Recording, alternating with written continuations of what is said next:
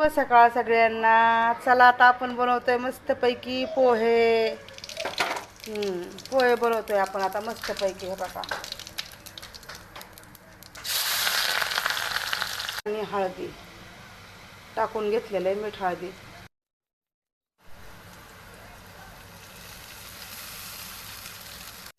चला मस्त पोहे तयार. तर चला या मस्त चहा आणि पोहे नाश्ता करायला.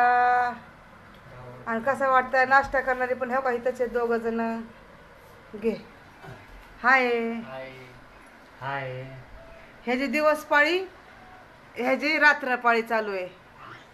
तर आता आलेला आहे तो सकाळपासून.